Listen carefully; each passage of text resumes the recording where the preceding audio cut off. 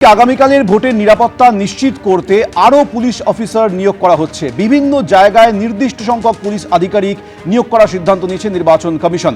প্রথম দফায় নির্বাচনের দায়িত্বে থাকা ২৬ জন পুলিশ অফিসারকে নিয়োগ করা হচ্ছে। দ্বিতীয় দফায় ব্যারাকপুরে নিয়ে আসা হয়েছে অতিরিক্ত ৪ জন পুলিশ অফিসারকে। ডায়মন্ড হারবারে অতিরিক্ত ৩ জন পুলিশ অফিসার নিয়োগ করা হয়েছে।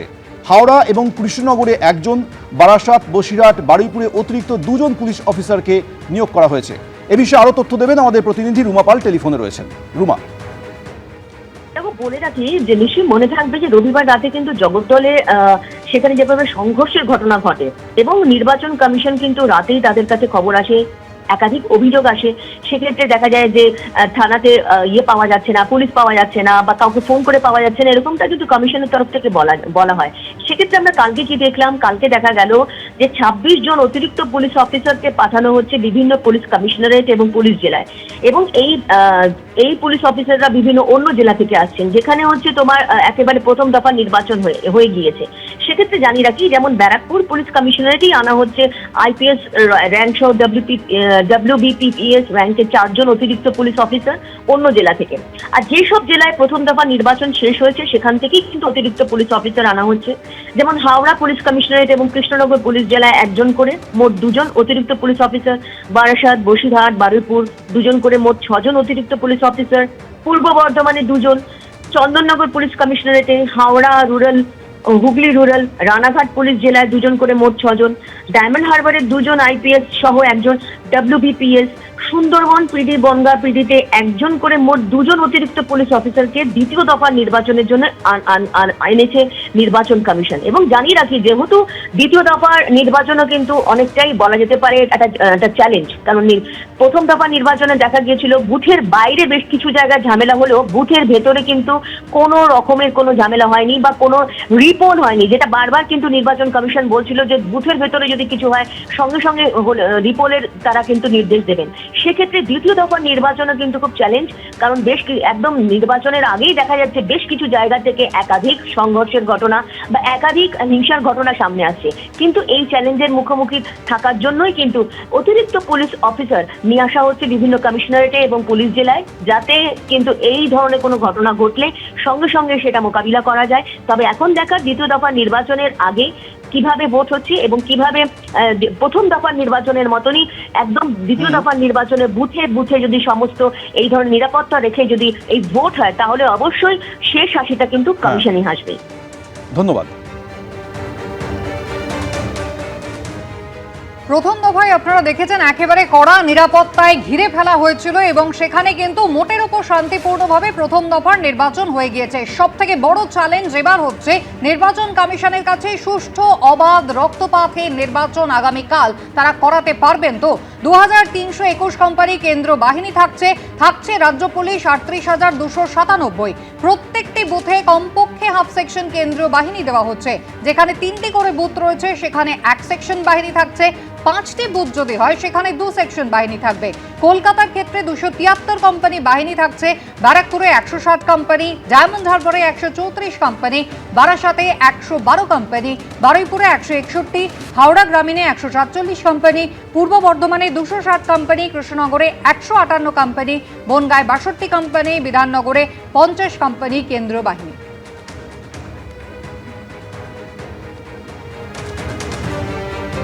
এদিকে দ্বিতীয় দফার নির্বাচনের আগে বিশেষ হেল্পলাইন নম্বর প্রকাশ করেছে নির্বাচন কমিশন।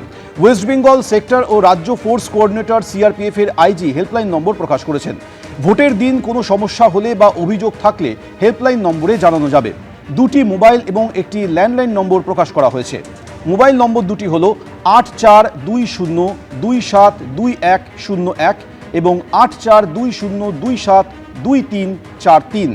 ল্যান্ডলাইন নম্বরটি হল 03323671117। একদিকে বিজেপি প্রার্থীর গাড়িতে ভাঙচুর করা হলো, অন্যদিকে হামলা চলল তৃণমূল সাংসদের গাড়িতে। দ্বিতীয় দফার ভোটের আগে উত্তপ্ত হয়ে উঠল হুগলির গোঘাট। 2 ঘটনায় গ্রেপ্তার করা হয়েছে বেশ কয়েকজনকে।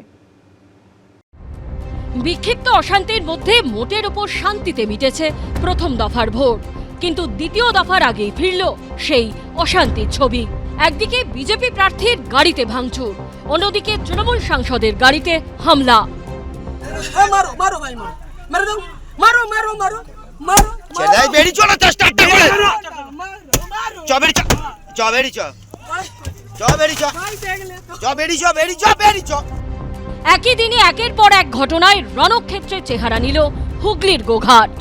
সোমবার সকালে বিজেপির প্রচার ঘিরে উত্তপ্ত হয়ে ওঠে গোঘাটের বড়মা এলাকা।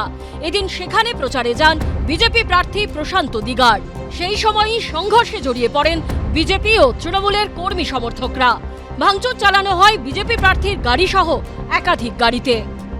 আমরা নির্দিষ্ট রুটে প্রচার করছি।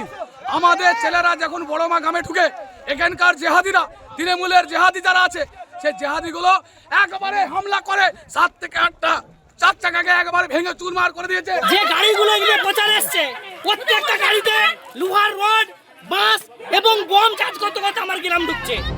পুলিশ ও কেন্দ্রীয় বাহিনী গিয়ে পরিস্থিতি সামাল দেয়। আটক করা হয় বেশ কয়েকজনকে। বিজেপি জখম কর্মী সমর্থকদের ঘটনাস্থল থেকে প্রায় 5 কিলোমিটার দূরে গোঘাটের প্রাথমিক স্বাস্থ্য কেন্দ্রে নিয়ে আসা হয়। এর মধ্যে অভিষেক বন্দ্যোপাধ্যায় সভায় যোগ দিতে যাচ্ছিলেন আরামবাগের তৃণমূল সাংসদ মিতালি বাগ। অভিযোগ তখনই তার গাড়ির ওপর চড়াও হয় বিজেপি। পাথর ছুঁড়ে লাঠির বাড়ি মেরে ভাঙা হয় গাড়ির কাঁচ।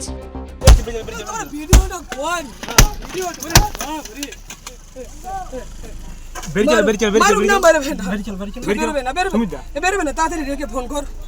আরে ফোন করো না থানাতে ওসিকে। থানা থানা চল চল থানা মারো ছেড়ে বেরি চলো চেষ্টা করে চ বেরি চ চ বেরি চ চ বেরি চ চ বেরি চ বেরি চ বেরি চ। তৃণমূল সাংসদ মিতালি বাগকে আরামবাগ মেডিকেল কলেজ হাসপাতালে ভর্তি করা হয়। গোঘাটে যেখানে যেখানে বিজেপি প্রার্থী প্রশান্ত দিগারের নির্বাচন কার্যালয় হয়েছে সেই কার্যালয়ের সামনে দাঁড় করিয়ে গাড়িটাকে লাঠি তাড়া গুলি গালাজ বন্দুক বার করিয়ে সামনে দিকে ঠেকিয়ে কিভাবে গাড়িটাকে ভাঙচুর করেছে আপনারা দেখতে পাচ্ছেন। ইটের ঘায়ে কিন্তু দেখা যাচ্ছে যে এমপি সাংসদের গাড়ির সেই গাড়ি কিন্তু একেবারে ভেঙে গিয়েছে, কাঁচ ভেঙে দেওয়া হয়েছে। এই ভেতরেই কিন্তু সামনে সিটে বসেছিলেন সাংসদ মিতালি বাগ, তিনিও কিন্তু জখম হয়েছেন। উনি নিজেরাই নিজেদের গাড়ি ভেঙেছেন না কি করেছেন ঈশ্বর জানে, আর উনি জানেন। নাটকের একেবারে মাস্টার। ওনার নেত্রী যত বড় অভিনেত্রী উনি তত বড়ই ঠিক অভিনেত্রী। বিজেপি এইসব কাজের সঙ্গে যুক্ত নয় কোনো রকম, আর বিজেপি কোথাও বলেনি কারো উপরে হামলা করতে। আহত তৃণমূল সাংসদকে দেখতে এদিন হাসপাতালে যান অভিষেক বন্দ্যোপাধ্যায়। নির্বাচন কমিশন সূত্রে খবর, বিজেপি প্রার্থীর গাড়িতে ভাঙচুরের ঘটনায় 5 জনকে গ্রেপ্তার করা হয়েছে।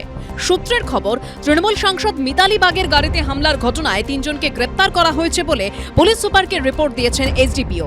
রুমা পাল ও বাপন সাচ্চার রিপোর্ট, এবিপি আনন্দ। এবিপি আনন্দ, এগিয়ে থাকে, এগিয়ে রাখে।